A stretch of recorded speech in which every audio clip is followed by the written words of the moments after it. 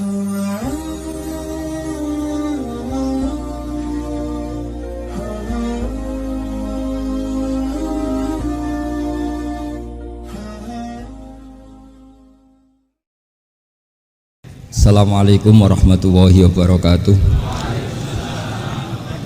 Bismillahirrahmanirrahim. Tabarakalladzi nazzalal furqana ala 'abdihi liyakuna lil 'alamin nadhira. Allahumma shalli wa sallim ala sayyidina maulana Muhammad wa ala alihi wa sahbihi asma'in. Nama ba'du. Semua pengurus PBNU yang saya hormati, semua habaib, semua ulama yang saya hormati, wabil khusus Kiai Haji Abdul Manan, Ketua Lembaga Dakwah PBNU, yang meskipun mondoknya hanya 3 bulan ini sebetulnya problem, sehingga saya kesini ini sebetulnya tidak pernah merasa ibadah. Ini bukan dakwah, ini show dakwah. Jadi yang namanya dakwah itu ya orang-orang di kampung nggak bisa ngaji, diajarin ngaji. Seperti saya di Jogja, di Rembang. Kalau ini show dakwah. Dan ini ada agak kesalahan karena mondoknya hanya 3 bulan. Jadi tidak bisa bedakan mana dakwah, mana show dakwah. Ini jelas show itu. Mungkin yang benar-benar dakwah yang sekarang sedang bikin masjid di pedalaman Kalimantan, pedalaman Sulawesi, atau saudara-saudara kita yang di Korea. Saya kemarin di Korea, itu dakwah betul. Kalau ini agak-agak tontonan. Ya tapi masih bagus lah, melihat wajahnya habib ulama itu ibadah. Tapi begini ya, yang jelas saya berharap sekali, saya diundang sekali ini saja, jangan diulang. Karena mencintai ulama itu baik, tapi ngatur ulama itu dosa. Ini jadi ini harus dicatat. Jadi Imam Malik itu kalau diundang tuh marah, meskipun yang undang tuh seorang raja zaman itu, Harun ar-Rasyid. Beliau minta supaya Imam Malik baca Muwatta di istana untuk anak-anaknya, padahal seorang presiden mau ngajari anak-anaknya. Imam Malik marah, masyhur gitu, al ilmu yu'ta la ya'ti, ilmu disowani, ora apa ilmu yang sowan. Di mana-mana timba itu ke sumur apa sumur yang ketimba? Timba ke sumur. Ini agak kecelakaan. Pakai air pam. air pam katanya. Ini udah banyak air. Sehingga saya kata orang banyak itu di SK-kan PBNU, tapi itu tidak pernah saya pikir. Karena saya melakukan kebaikan itu sebelum dapat SK. Saya ngajar sebelum dapat SK, saya dakwah di mana-mana sebelum dapat apa? SK saya langsung minallahi ta'ala, dari Allah ta'ala. Jadi kalau PBNU niatnya ikrar bahwa orang yang sudah manfaat diangkat, itu saya terima. Tapi kalau merasa ngangkat saya, tak lawan di pengadilan. Karena saya sudah jadi kiai sebelum diangkat PBNU. Ya ini saksikan ya para muhibin saya. Jadi kalau SK itu ikrar, ngakui kalau Gus Bak manfaat, saya terima. Kan hanya ikrar saja, Pak. Tapi kalau merasa ngangkat dari bawah ke atas itu tak lawan sampai apa?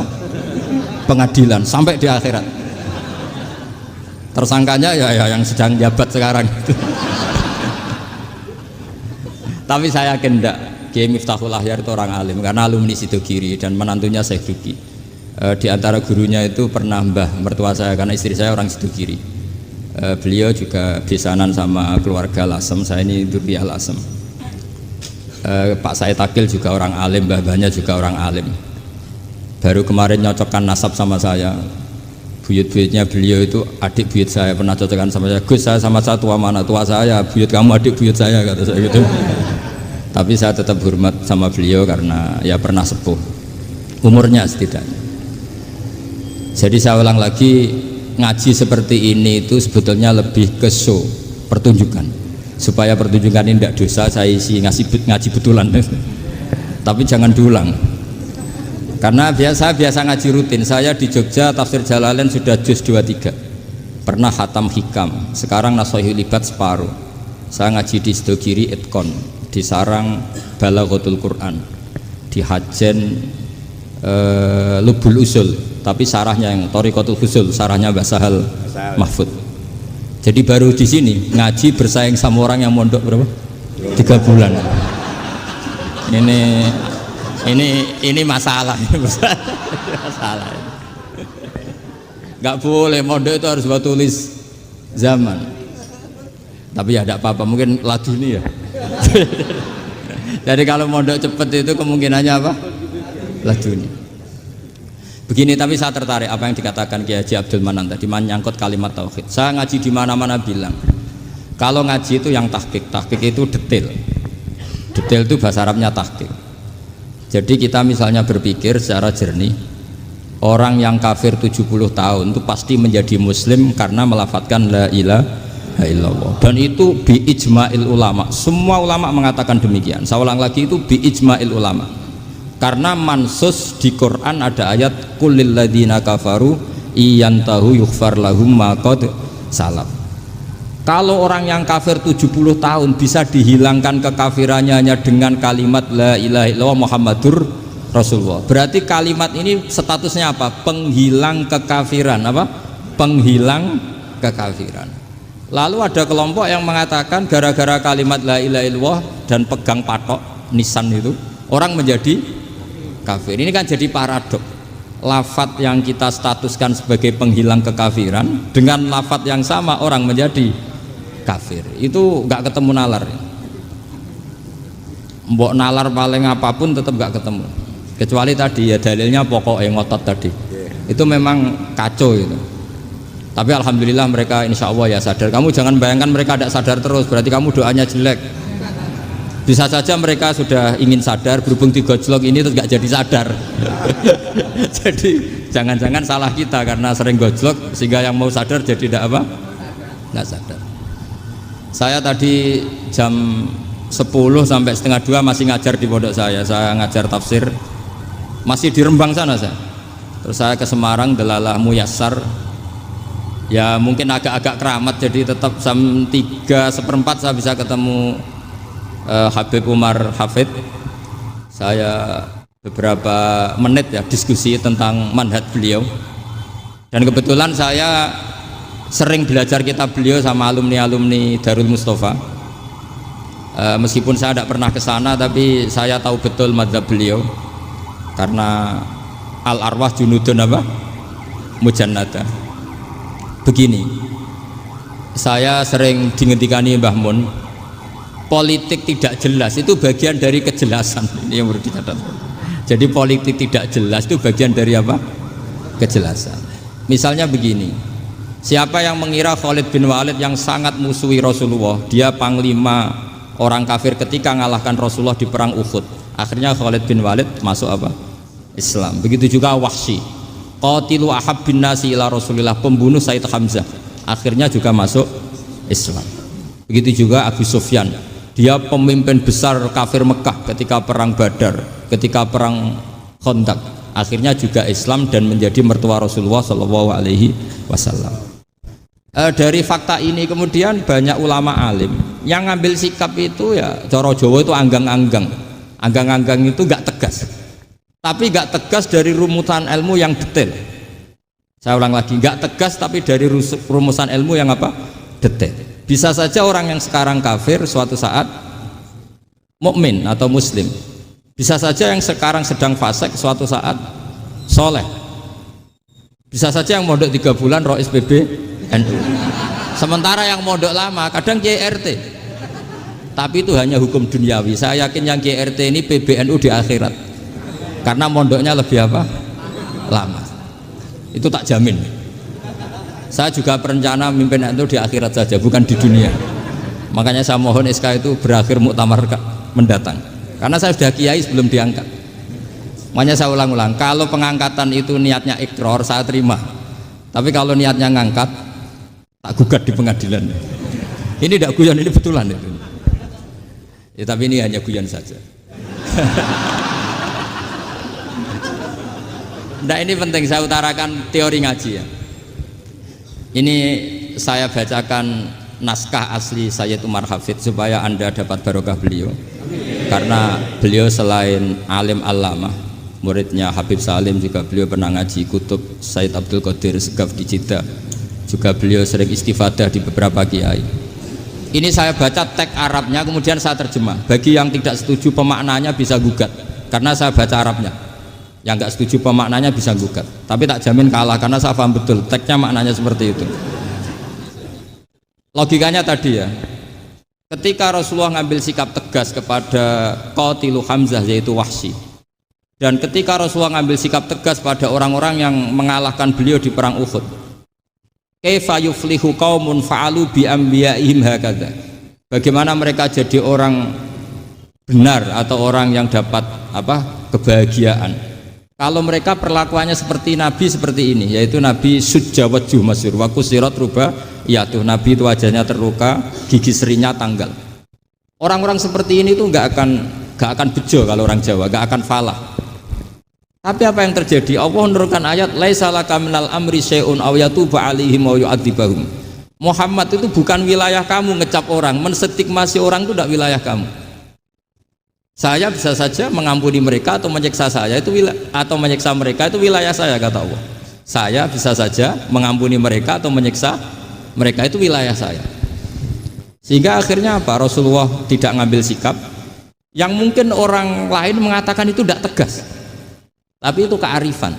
Betul, akhirnya Wahsy malah masuk Islam. Khalid bin Walid panglimanya juga masuk Islam. Dan beberapa orang kafir juga masuk Islam, termasuk mimbenihim, ketuanya yaitu Abu Sufyan. Ini penting saya utarakan. Makanya ini saya baca pembenaran dari konstruksi pikiran tadi. Nah ini supaya khas. Ini khasnya orang mondok 10 tahun ini. Jadi ini tak baca ini. Nah, biar jelas ini nanti teksnya persis ya, tidak saya rubah. Ini di kitabnya Habib Umar Hafid, namanya itu Taujihun Nabi Limardoti Bari. Kalau diterjemah ya mengarahkan orang yang sadar. Nabi itu orang yang sadar ya, sampai ini termasuk orang yang sadar. Limardoti Robbi, menuju mendapat ridho Tuhan atau Allah Subhanahu wa Ta'ala. Saya baca teksnya ini di halaman 179. Ini tidak ada yang saya rubah, tidak saya kurangi. Bismillahirrahmanirrahim. Fala buddha an nuwattina qulubana ala annana khodamatu ahli hadal qaun wa yattali'u wa min qulubina annana na'taqidu imkaniyata ayyasfa'a fi ahadina yaumal qiyamati man huwal ana kafirun yuslimu faya'lu sya'nu indal haqqi fayakunu sababan li kholasika fil qiyamah yumkinu dzalik. Jadi kita para dai, para kiai itu adalah khodamatu hadal kaun. Kita ini adalah pelayan alam raya ini yang selalu berharap alam ini akan lebih baik. Orang yang sekarang sedang kafir bisa saja nanti yang nyafaati kamu di akhirat, yaitu mereka masuk Islam lalu Islamnya lebih serius, akhirnya punya hak syafaat. Sementara kamu Islam mulai kecil tapi biasa-biasa saja seperti ini, mulai dulu ngaji terus sama Ki Abdul Manan, nggak pernah yang ngisi ngaji, itu artinya nggak ada perkembangan. Makanya saya nggak ingin ngaji lagi, karena saya ingin perkembangan Anda nanti tukang mengisi, bukan yang diisi. Kalau saya nanti ngaji lagi di sini, artinya Anda kalau tetap mendengarkan itu tidak ada perkembangan. Pantes saja simulang Gus Bahak sampean sing ngaji. Sekali-kali ada perkembangan, saya ngaji sampean yang mulang, itu bagus itu. Meskipun itu perkembangan yang menyesatkan.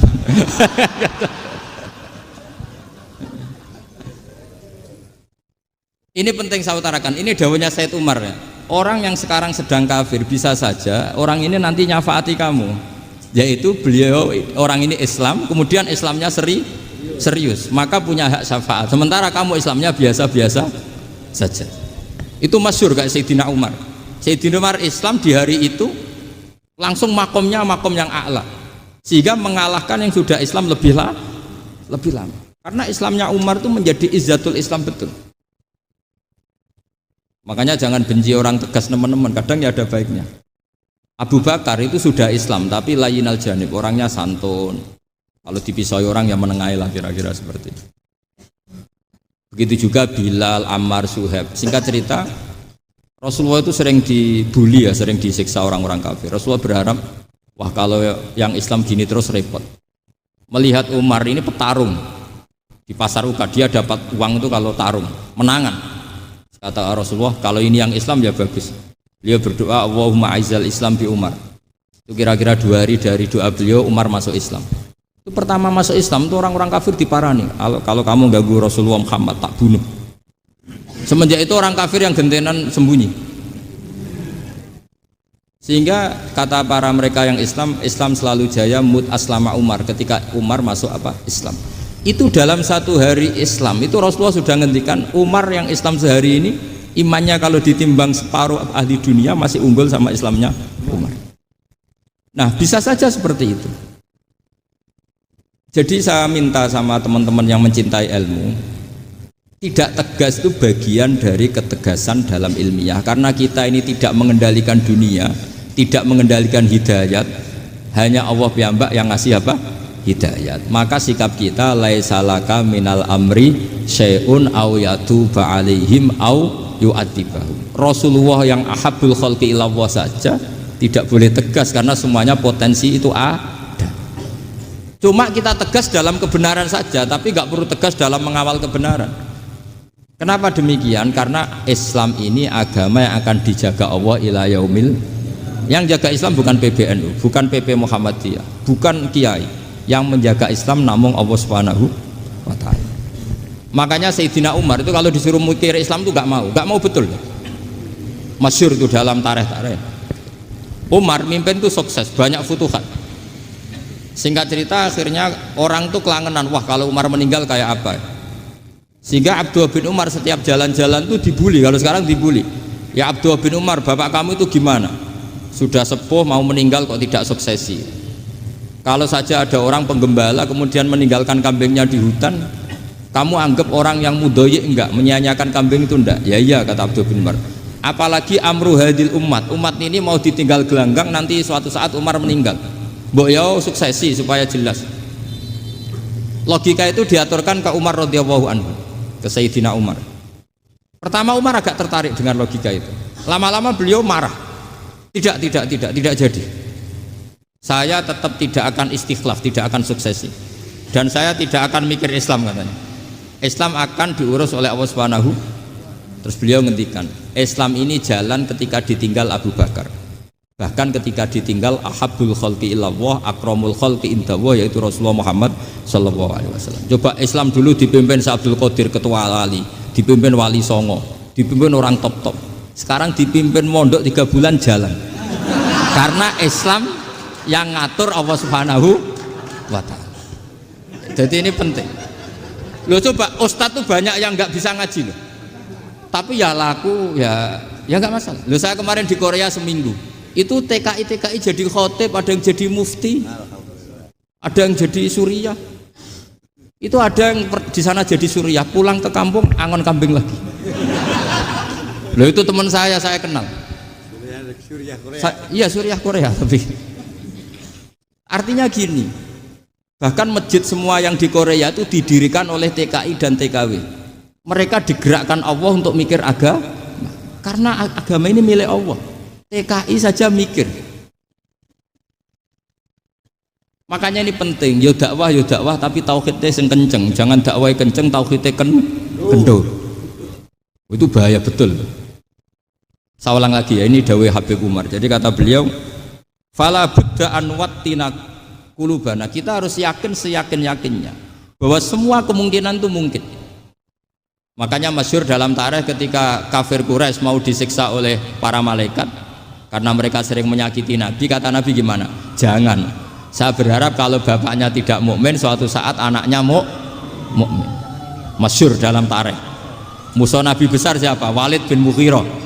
Punya anak Khalid bin Walid. Abu Lahab punya anak Darrah, itu mukminah yang baik. Abu Jahal punya anak Ikrimah, itu mukmin yang baik. Di Indonesia lebih hebat lagi. Bapaknya ra iso maca Quran, anaknya hafid. Bapaknya utun ra tamat SD, anaknya jadi dekan. Di Indonesia banyak orang nggak siapa-siapa, anaknya jadi presiden, anaknya jadi menteri. Artinya jangan karena bapaknya kafir kamu nganggep anak turunnya pasti selalu kafir. Teori itu sudah salah zaman Rasulullah. Yaitu Walid akhirnya punya anak Khalid, Abu Lahab punya anak Darrah. Terus siapa? Abu Jahal punya anak siapa? Ini penting saya utarakan karena dakwah kalau terlalu semangat, nanti kalau menghilangkan tauhid bahaya. Tetap innal huda. Uni Soviet kayak apa? Mengkooptasi negara-negara sekelilingnya sampai jadi Zuni. Tapi apa yang terjadi? Uni Soviet yang runtuh, persemakmurannya semua rata-rata jadi negara apa? Islam, kayak Uzbek, kayak Ceknya, kayak apa-apa. Karena agama ini diurus Allah. Sehingga kalau dalam, tapi kamu ngitmai agama nggak apa-apa. Makanya istilahnya Habib Umar, khodamah itu pelayan, nggak apa-apa. Kita ngitmai agama itu nggak apa-apa. Dengan ngitmai terus mikir nggak apa-apa. Tapi jangan mikir yang merasa kalau kita mati, wah nanti agama ini kukut karena saya mati. Kamu itu siapa? Agama Islam ini tidak pernah dipasrahkan kamu. Diurus oleh Allah Subhanahu wa Ta'ala sendiri. Sehingga ketika Wali Songo meninggal, agama ini tambah kuat sampai sekarang. Kecil saya itu kalau pengajian susahnya bukan main, harus izin sana sini. Sekarang setiap pengajian polseknya datang, polresnya datang, nggak ada intel, nggak ada apa. Padahal kiai dulu sama kiai sekarang itu kira-kira alim mana? Alim kiai dulu. Mbah Hasyim Asy'ari itu ngarang kitab sampai dibaca di Yaman. Saya sering baca juga kitab beliau, Risalatu Ahli Sunnah wal Jamaah. Kiai sekarang mau terjemah aja kadang salah memahami. Tapi ya Islam tetap jalan karena Islam ini dikawal, dijaga oleh Allah Subhanahu wa Ta'ala. Maka kalau dalam cerita tarikh sirahnya Ibnu Ishaq itu, tauhid itu penting. Beliau cerita begini, Sayyid Abdullah itu namanya Abdullah bin Abdul Muthalib. Kita tahu kenangannya Rasulullah terbanyak itu bukan dengan Sayyid Abdullah tapi dengan Sayyid Abdul Muthalib, dengan mbahnya. Karena Nabi itu mulai kecil dirawat oleh siapa? Mbahnya. Yaitu yang disebut Nabi ketika 2 bulan kan abahnya sudah meninggal. Ya saya baca ya, pakai bahasa Arab biar jadi bid'ah. Nanti kalau bahasa Indonesia ada bid'ah. Tidak betul tuh. Diba atau berjanji sebenarnya itu kitab sejarah, berhubung dibaca bahasa Arab terus kayak mantra. Terus yang belakang mau nyenggai soleh aleh, sehingga kubu sebelah bilang tuh khurafat dan bid'ah. Coba diterjemah ini, coba nanti saya baca bahasa Arab. Walamma tamma min hamli syahroni ala masyuril aqwalil marwiyatu fiya bil madinati abuhu abdullah wa kana qad istaza bi akhwalihi bani adi minat taifatin najariyah wa makatha syahron saqiman yu'anu nasukmahu wasakwa. Terus di pojok sana bilang soleh aleh, pasti kubu sebelah yang liwat, wah itu khurafat bid'ah karena dianggap mantra. Padahal artinya coba sampean baca bahasa Indonesia, ketika hamil Rasulullah umur 2 bulan, abahnya meninggal di kota Abwa. Kota Abwa adalah kota keluarga besar ibunya Sayyid Abdullah. Kebetulan pas ke sana beliau sakit sampai 1 bulan dirawat. Bid'ahnya di mana kalau diterjemah? Wong itu kitab tarikh. Makanya saya nggak tahu yang membidah-bidahkan tiba itu karena tadi. Tapi sampean juga ikut salah karena nyenggai sholawat tantok itu. Jadi makanya saya bilang tadi kalau bahasa Arab bid'ah, kalau sudah terjemah bid'ah karena kelihatan kalau itu hanya kitab tarikh. Loh, coba bid'ahnya di mana? Wa ba'du fa'aqulu wa Muhammad bin Abdullah bin Abdul Muthalib bin Hasyim. Itu kalau diterjemahkan, kamu harus tahu siapa nama Muhammad. Muhammad punya abah siapa? Rasulullah Muhammad Abdullah. Punya abah siapa? Abdul Mut. Punya abah siapa? Hasyim. Coba baca gitu di kubu sebelah. Oh iya gitu. Berhubung baca bahasa Arab. Wa ba'du faqulu wa Muhammad bin Abdullah bin Abdul Muthalib bin Hasyim. Jadi itu hanya salah baca saja itu. Maksudnya salah yang hukumi, bukan salah yang baca, salah yang apa? Hukumi. Sayyid Abdullah ini orang yang tauhidnya sangat kuat. Sayyid Abdul Muthalib lebih kuat lagi. Saya cerita sedikit betapa pentingnya tauhid.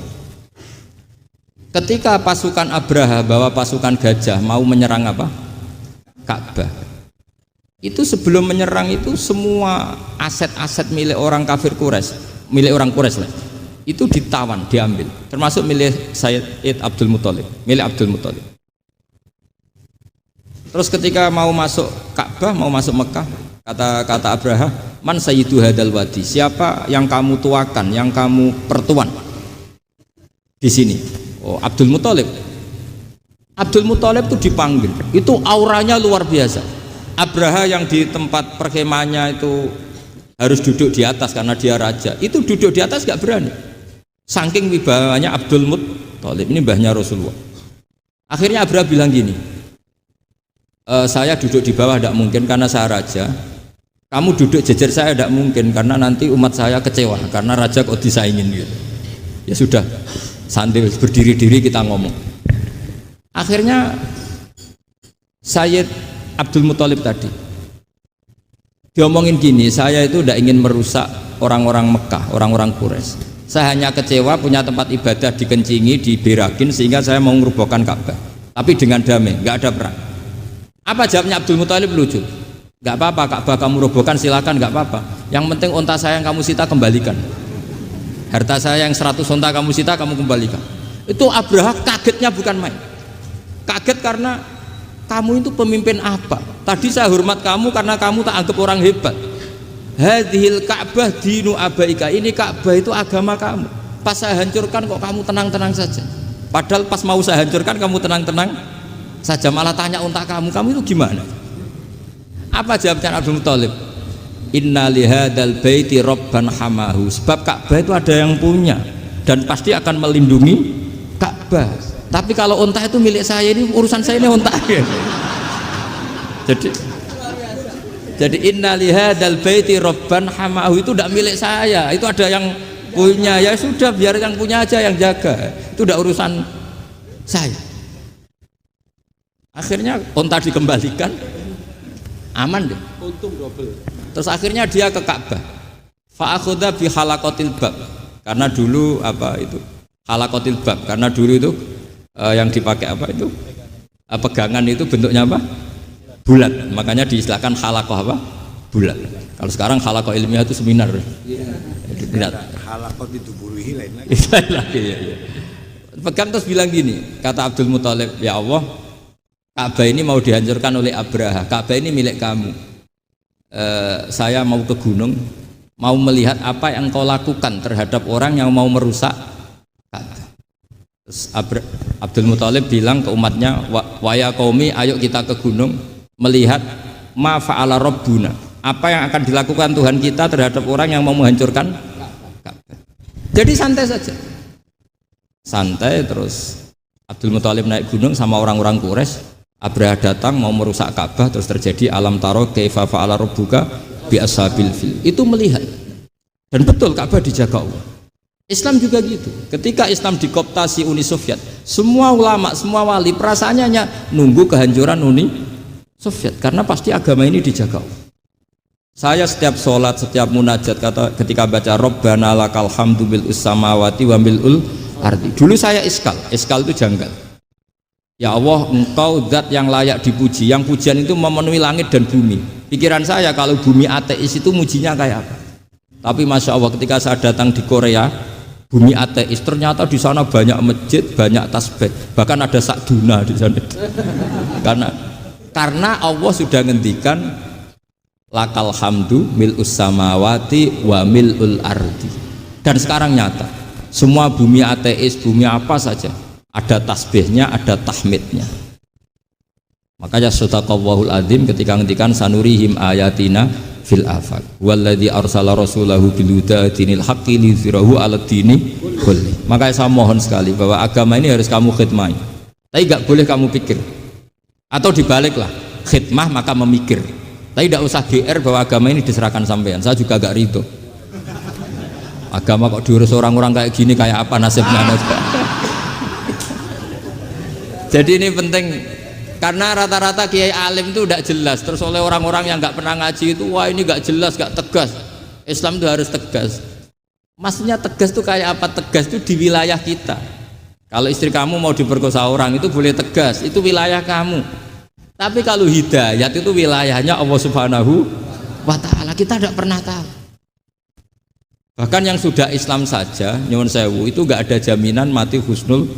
Kita tahu dalam sejarah Sa'labah itu dapat gelar hamamatul masjid, merpatinya masjid. Tapi kita tahu akhirnya Sa'labah itu apa? Su'ul khotimah. Sampai dalam Islam selalu diajarkan ya muqallibal qulub tsabbit qalbi ala din. Jadi kalau kita sendiri saja masih ingin selalu husnul khotimah, agak ada ruang untuk mudah menvonis orang lain. Makanya saya salut sekali ketika Habib Umar menulis kita semua ini mengkhidmati hadal kaun, dan selalu berharap bisa saja suatu saat orang yang sedang kafir bisa saja suatu saat muslim. Nah soal kalau yang sama yang harbi menyerang kita ya tarung. Kalau Artinya kalau yang merangi kita ya kita wajib perang, kalau enggak ya habis kita. Seperti kita lakukan ketika diserang Belanda. Tapi ketika mereka musta'man, dhimmi, mu'ahad, orang-orang kafir yang mau berdamai dengan kita ya kita damai. Sebagaimana yang dilakukan Rasulullah SAW ketika berdamai dengan kafir Quraisy yang dipimpin Suhail bin Amr. Masyhur itu dalam tarikh. Singkat cerita kan Sayyidina Ali ini pernah konflik sama orang Khawarij. Kata Sayyidina Ali, ya sudahlah, namanya kita musuhan, kita tidak usah ketemu, pakai mediator, kata Sayyidina Ali. Kata orang Khawarij, ini apa-apaan kok butuh mediator, nggak ada Qur'annya, nggak ada hadisnya.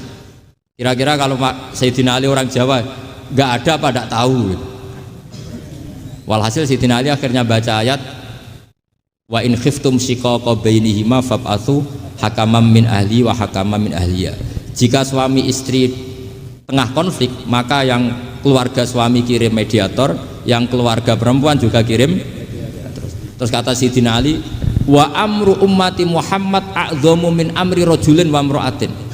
Kalau suami istri saja ketika konflik butuh mediator, apalagi ini kelompok besar pasti lebih butuh mediator. Akhirnya lalu mediatornya siapa? Kata Sayyidina Ali, ya siapa saja yang penting baik. Ditunjuk seseorang, diprotes sama orang Khawarij, ini orang nggak kredibel. Oh, terus Sayyidina Ali marah-marah. Rasulullah itu pernah berdamai dengan orang, bahkan orang itu kafir, yaitu Sulhul Hudaybiyah. Nabi itu berdamai dengan orang yang bernama Suhail bin Amr, ketika itu kafir. Makanya ini menunjukkan bahwa musolahah ma'al kufar itu boleh demi kelangsungan bernegara, berbangsa. Kamu tidak usah meragukan reputasi NU. Ketika dulu kafirnya kafir harbi zaman Belanda, ya Mbah Hasyim fatwa apa? Jihad. Jadi jangan kira tidak tegas, kita tegas sekali, justru kita yang punya masa lalu tegas. Tapi kepada siapa dan dalam konteks apa? Paham ya?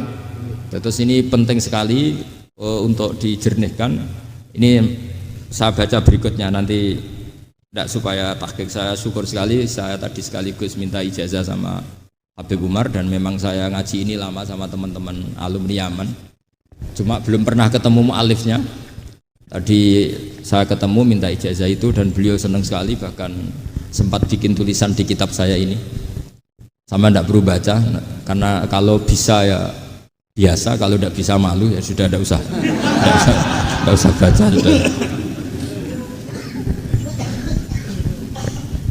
Terus ini kata beliau, ini masih saya teruskan.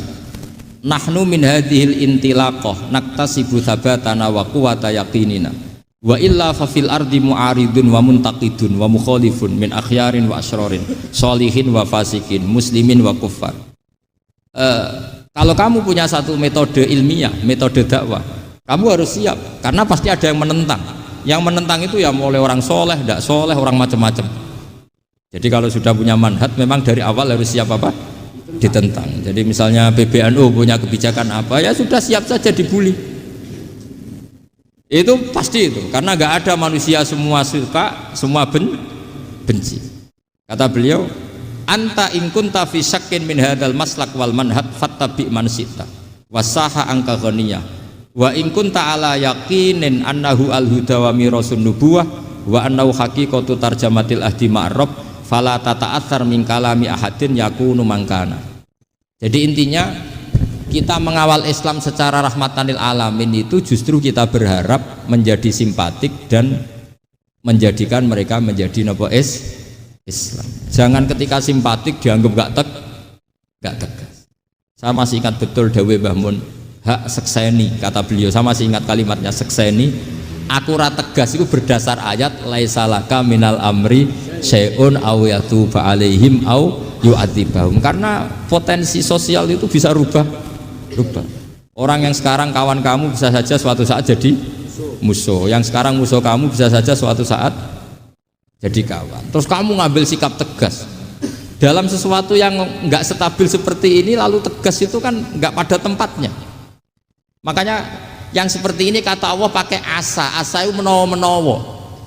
Asa wahu ayyaj'ala bainakum wa bainal ladzina ataitum minhum mawaddah. Bisa saja orang yang sekarang musuhan dengan kamu suatu saat dijadikan mawaddah. Kamu udah mawaddah itu saling mengasihi. Kamu tidak usah tanya, wallahu qadir kata Allah, karena Allah mampu. Jadi dalam hukum-hukum sosial Allah seringnya bilang apa? Asa. Misalnya wasa antakrahu syai'a wa huwa khairul lakum, wasa antuhibbu syai'a wa huwa syarrul lakum. Karena masalah sosial ini semuanya asa, yang pernah tahu siapa? Bisa saja sekarang saya Rois Suriah, nanti SK-nya nggak turun lagi, tapi saya tidak apa-apa. Bisa saja nanti santri 10 tahun dipimpin 3 bulan nggak apa-apa, bolak-balik nggak apa-apa, saya tidak akan kecewa karena masya Allahu kana wa malam yasa lam yakun. Assalamualaikum warahmatullahi wabarakatuh.